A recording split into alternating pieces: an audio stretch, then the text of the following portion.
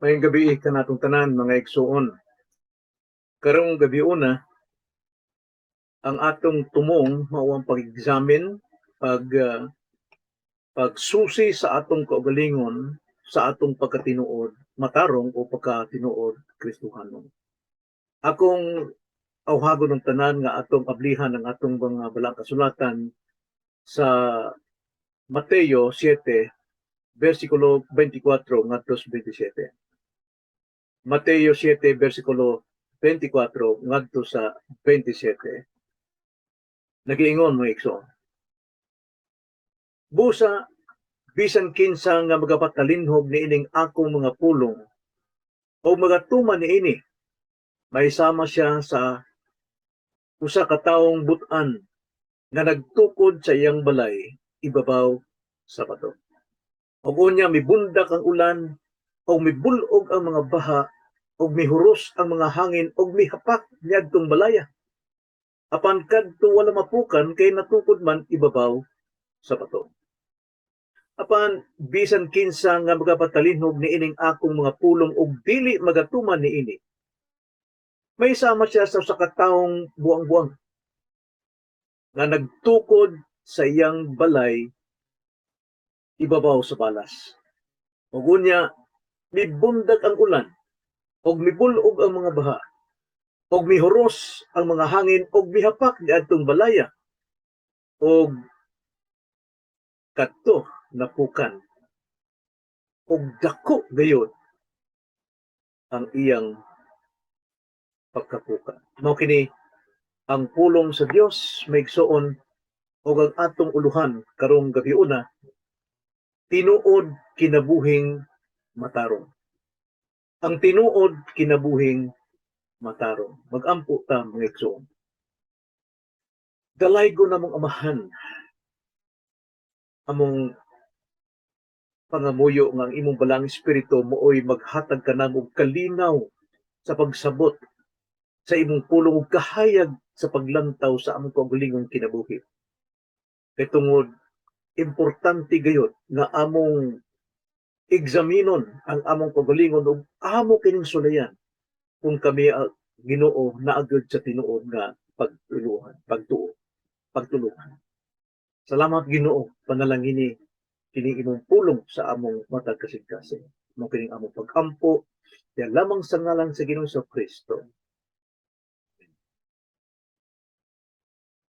Dili nato ikatingala nga tanang Kristohanon, miangkong Kristohanon, sila matarong ug ang ilang kinabuhi naagyod sa ligong baruganan sa ilang kaluwasan. Apan kung atong tan-awon ang konteksto nining atong gibasa maigsoon, si Ginoong Kristo mismo ang nagpahimatuod nga dili tanang tawo nga mo sampit kaniya Ginoo makasulod sa ginharian sa langit. Kay tungod dili tanan nga nagaingong Kristohanon nagatuman gayud sa kabubuton sa amahan.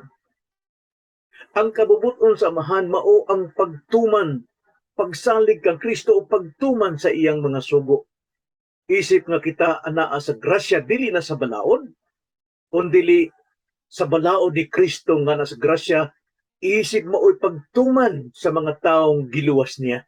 Naagyod ang grasya sa pagtuman. Dili alang sa kaluwasan, kundi alang sa timaan nga sila luwas nga. Apan sumala sa gingon ni Kristo Mateo 7:21, daghay mo sampit kaniya Ginoo apan dili gyud pag-ablihan og putan sa langit. Kay nganuman sa sinugdan pa lamang wala gyud magtuman sa pulong ni Kristo. Unya maningkamot sila pag-abot sa hukom nga sila gyud naagyud ang ilang yung ilang pangangatwiran sa Tagalog pa. Nga magaingon sila, Ginoo, dili ba naghimo man kami mga propesya o naghimo kami mga pagwali diha tungod sa imong ngalan? O kami nagahimo og mga paghingilan and cast out evil. Unya kami nagahimo og daghang mga milagro tungod sa imong ngalan. Apan mutubag ang Ginoo, wala ko gayud kamo igkaila. Pahawa ka nako kamong mga mamumuhat og dautan. Kadtong ilang ipamuhat, nga pamuhat sa pagwali, sa paghimog mga milagro, apan mingon ng Ginoo, kamo mamumuhat og dautan.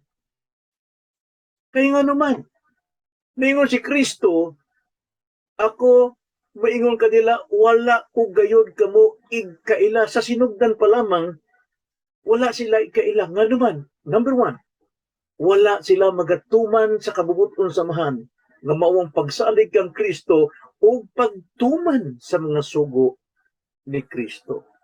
Subo sa atong tan-awon, examino ng atong kaugalingon whether we are in the true faith and prove ourselves. Mao na miingon ng Ginoong Kristo sa atong gibasa. Basa natong utro 24 ngadto 27. Bisan kinsa nga magapatalinog nining ako mga pulong og magatuman niini. May sama siya sa kataong but-an nga nagtukod sa iyang balay ibabaw sa bato. No kining balay mao ni larawan sa atong kinabuhi, buhay, balay. Og unya mipundak ang ulan og mibulog ang mga baha og mihuros ang mga hangin og mihapak adtong balaya ngadtong kinabuhia. Apan kadto wala mapukan kay natukod man ibabaw sa bato. Apan bisan kinsa nga magapatalinog nining ako mga pulong og dili magatuman niini. Naigsuon. May sama siya sa kataong bongbuang nga nagtukod sa iyang balay ibabaw sa balas. Og muunya mipundak ang ulan og mipulog mga baha og mihuros ang mga hangin og mihapak ni adtong balaya og kadto napukan. Pagkadako gayud ang iyang pagkapukan. So niining bersikulo nga atong gibasa misud, klaro kayo ang duha ka panag-ingnan nga angay natong sabton nga kini duha ka klaseng pasukaranan. Primero ang pagbarog sa tao sa iyang kinabuhi, nagingan lang buang-buang kay tungod ang iyang kinabuhi, ang iyang balay gipatukod sa balas. Walay kusog, walay ligon. Ang ikaduha, maong pagbarog sa nining taong but-an kay gibarog ang iyang buhay, ang iyang kinabuhi, ang iyang balay didto sa ibabaw sa bato. Ligon. Kay tungod ang bato mao kini si Kristo ug ang iyang pulong.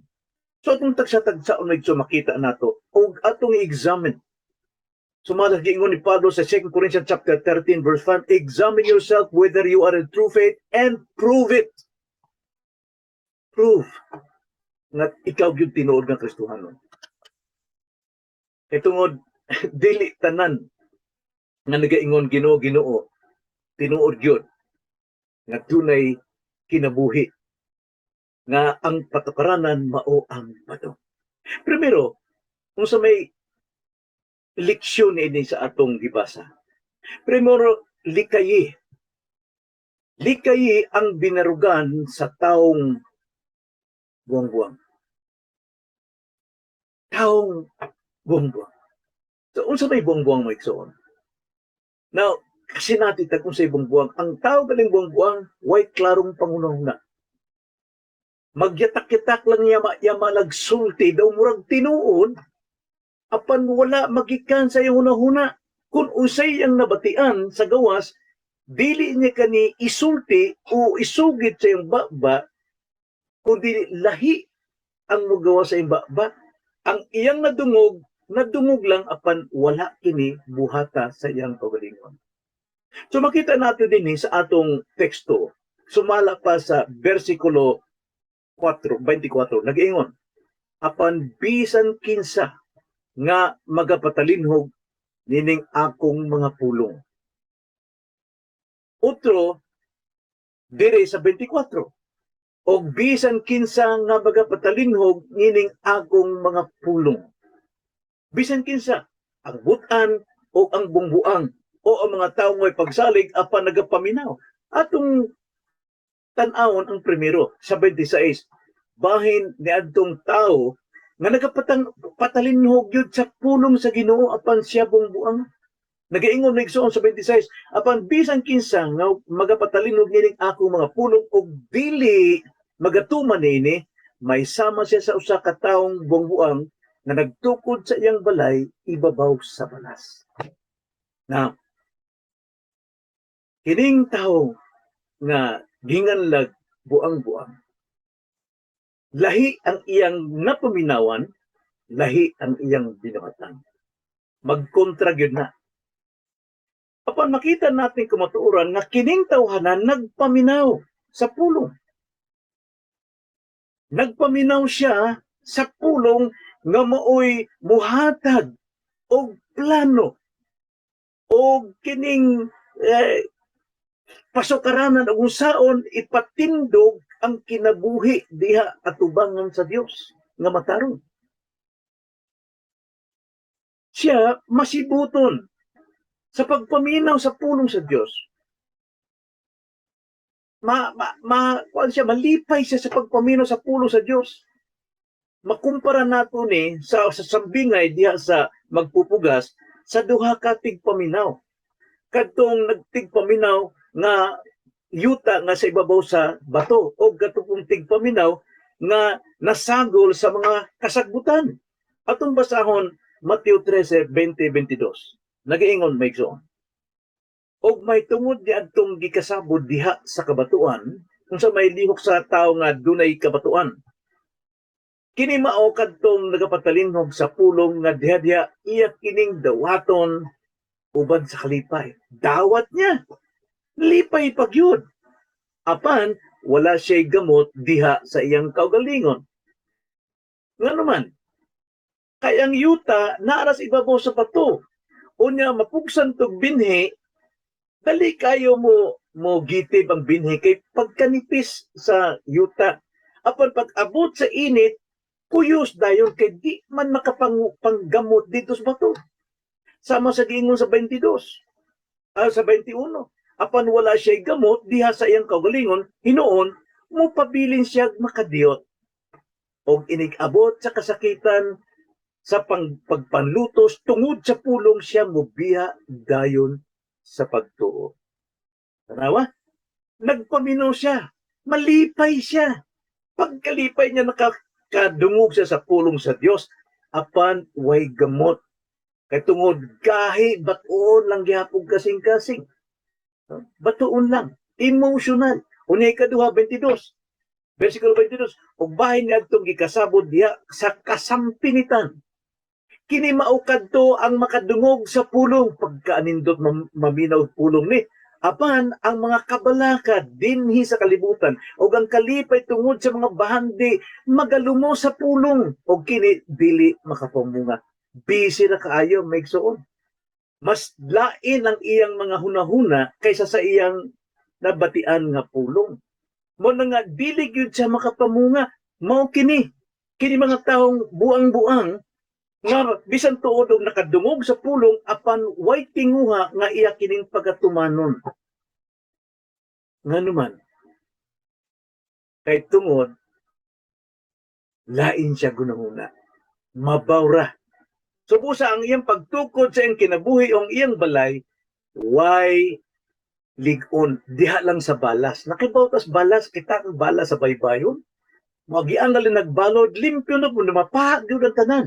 Mauna ang kinabuhi sa tao, daw maingon siyang Kristohanon, apan ang iyang kinabuhi, ang iyang pamatasan, ang iyang attitude, wala gyud mo pasikad sa pulong sa Dios. Kung inay iyang kaugalingon lamang pagkamaayo ang iyang sunod busa pag-abot sa mga problema, pag-abot sa unos, sa bagyo, wala gyud.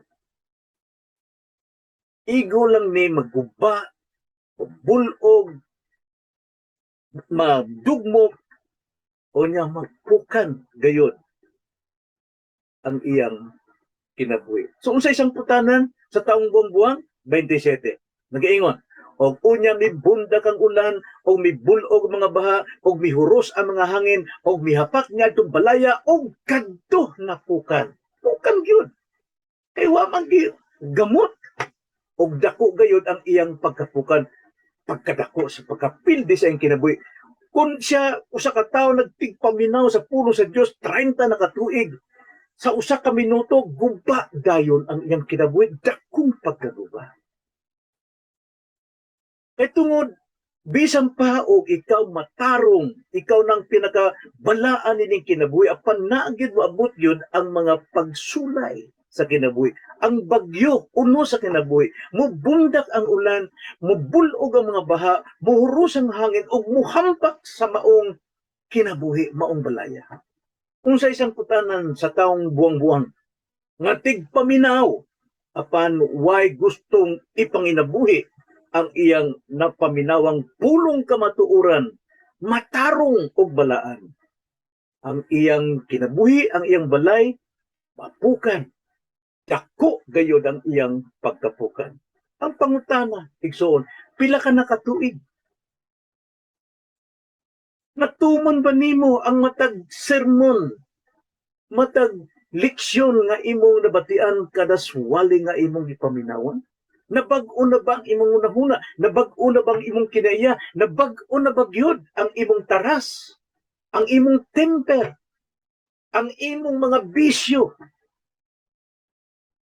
Tingali unya pag-abot sa panahon, pagkakusog sa imong tingog mo sangpit sa atong Dios, Ginoo, Ginoo. Apan maingon ang Ginoo, pahawa diha kay wa gyud ikaw akong igkaila, sa sinugdanan pa lamang.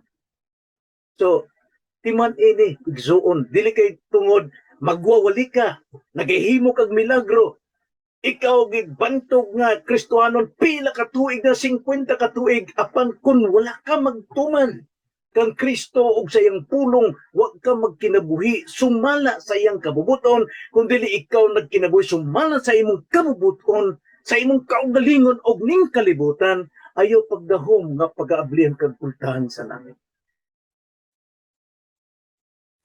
So tiwan ina, karon tan-aw nato ang ikaduha. Ikaduha, sunduga ang binrugag taong butan.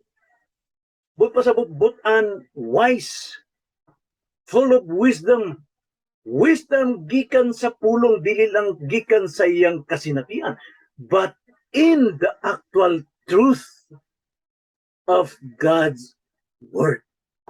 Kaya nag-iingon ang Ginoo Jesucristo, John 8:31, kung kamo magapadayon sa akong pulong, tinuod kamo akong mga tinun-an, may balaan ninyong kamaturan o ang kamaturan ni hatag kaninyong kagawasan. Amen. Basahan nato. Sundugo nato ang binrugag taong butan. 24:25. Busa, bisan kinsa nga magapatalinog nining akong mga pulong o magatuman nini, may sama siya sa usa ka taong butan. Nga naman, kay nagtukod siya, sumala sa iyang nadunggan, ug unsay mga materyales ug asang pundasyon, nagtukod siya sa iyang balay ibabaw sa bato. Pasabot iya kining gipurma iyang gihimong balay didto sa foundation stone, the cornerstone, maong Ginoo, og sa teachings the apostles, Ephesians chapter 2 verse 19 to 22, na si Kristo ang cornerstone, unya nagbarog ang mga apostol sa mga doktrina nga ato karon pagatuuhan ug atong pagasundon, manigingan lag we are on the foundation of the apostles' doctrine. Kinanglan apostolic yun ta, nga Kristohanon, nagsubay sa pulong ni Kristo, pinaagi sa mga baba o sa mga lapis o bulpen nga gisulat sa mga apostol sa balang kasulatan. Aron, dili mapukan, kay moabot gayod ang ulan, mupundak ang ulan, mubulog ang mga baha, o muhuros ang mga hangin, o muhapak ni atong kinabuhi, apan dili kini mapukan kay natukod man ibabaw sa bato. Natukod man supay sa pagtuman sa kabubuton sa atong Ginoong Kristo nga mao ang bato sa atong kinabuhi. Kini nga pagtulun-an na gipanghimatud-an mismo ni Kristo nga bisan kinsa katong magapatalingog sa iyang pulong apan magatuban niini, megson nagyoy kadaugan. Tanang klase, bisan pagwa kay grado, bisag batanon ka pa, laki, babae, tigulang, tambok niwang, kung magapatalinhog ka o magatuman ni ini, may grado ka man o wala, madato ka man o pobre, ang pulong sa Dios, grasya ni alang sa tanang katawhan, apan dili tanang katawhan magatuman sa pagdulunan ni Kristo. Apan kung kinsa ka magatuman, may igsoon, siya may tinuod nga tinuuhan. Doon na siya tinuod kapag to. Kay tinuod nga pagto, mutuman man gyud. Mulihok man gyud. Apan dunay usa ka persona nga misalig kang Kristo, misalig sa Dios, kurug-kurug pa, apan wala mutuman. Kinsa man na? Ang yawa. Unya ang yawa ra ba, daghang po'y mga believers. Mamuto kang Kristo, nagapaminaw sa pulong, apan way tinguha nga mutuman sa kabubuton ni Kristo. Wala gid siya diha sa bato. Tanaw na tong ang James, Santiago chapter 2 verse 19 to 20. Nagaingon, ikaw nagatuo nga ang Dios usara? Husto kaniya na. Husto gid ka. Ngani bisan pa ang mga yawa nagatuo man usab o nagapangurog sa kalisang. Apan wa magatuman. Busa nag-ingon sa 2020, apan o tao kulang-kulang. Di kay buang-buang, kulang-kulang. Buot ka bang masayog nga walay kapuslanan ang pagtuo nga bulag sa binuatan? Walay kapuslanan pagtigpaminaw sa pulong ni Kristo apan way buot nga kini pagatumanon? Patay ka ng imong pagpaminaw, patay ka ng imong pagtuo, kay tungod wa nimo buhata ang imong natun-an o nakatunan. Busa kanang buang-buang, kulang-kulang, at tugod siya magtarok o magbarog sa iyang kinabuhi, sa iyang kabubuton, balas ka na. Sa kabubuton, sa kalibutan, pamaagi sa kalibutan, balas lungyog ka na. Kay way laing pundasyon nga angay natong pagatarukan sa atong kinabuhi. Gawas lamang ang nahimutang na mao ang Ginoong Hesukristo. 1 Corinto 3:11. Kay wala na laing patukaranan nga gipahimutang pa ni bisan kinsa gawas sa gipahimutang na nga mao si Hesukristo. Si Kristo ang patukuranan, siya mao ang bato nga angay natong atong pabarog ang atong kinabuhi, pinaagi sa pagsubay at pagsunod sa iyang mga pulong. So, ang kinabuhi sa usa ka but-an, gibarog ibabaw sa bato, unya mo bundak na ba ang ulan? Mubulog na ba ang mga baha? Muhuros ang mga hangin ug muhapak ni anang kinabuhi? Apan, dili mapukan, sigurado bisa kang Hesukristo. So, pangutanan ako migsoon, hay man makabarog ang imong kinabuhi, likon ba na? Tingalig nagyahap ka 50 ka nakatuig ka gustuhanon, apa nagsubay lang gihapon ka sa mga tinuuhan ning kalibutan, mga tradisyon, sa relihiyon, apan wala ka magsubay sa pulong sa Dios. Sayang ang imong Kristohanong 50 ka tuig migsoon. Kay pag-abot sa dakong pagsulay nga mao ang judgment sa Ginoo, bisan pag muswagit ka, muhimo ka, mugamit ka pagpakakak, turutot, aron madungog kas Ginoo, Ginoo, pasudlak po sa imong ganarian. Mayon ang Ginoo, wa ko kail nimo, pahawa diha, magbubuhat og dautan. So, kumusta ang imong pagpaminaw, igsoon? Kumusta? Nasabtan ba nimo ni? Kung nasabtan nimo, mituo ka ba? Kung mituo ka, gibuhat ba nimo? Kay tungod wa ni buhatawa kay pagtuo. Mas labaw nga imong gituuhan ang kalibutan o reliyon o imong kaugalingon. Pagpaminaw sa nagkalain-laing mga pagtulunan sa mga batid nga mga magwawali, maayo hinashasan nga pulong, makabuhig minatay, dili na maoy patukaranan sa imong kinabuhi. Kinanglan sa pulong ni Kristo. Bisag pagoy grado, basta't makapaminaw sa pulong, buhig yun ka. Tinuod yun na.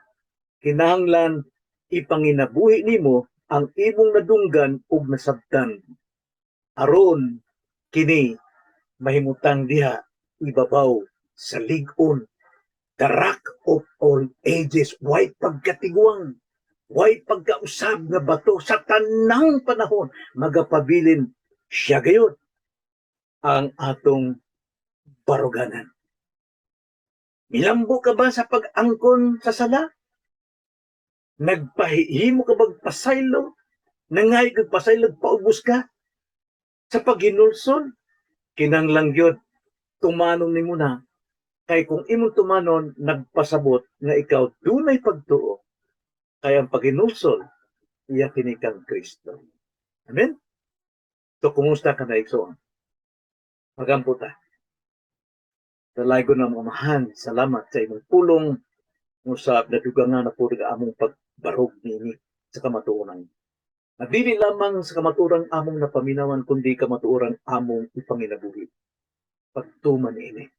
Kay tungod ana makita ang tinuod Kristohanon na nagapaminaw apan nagatuman mas lamdag ang ilang kinabuhi na makita gyud ang naong ni Kristo kanilang tanan. Among pag-ampo di lamang sa ngalan sa Ginoong Kristo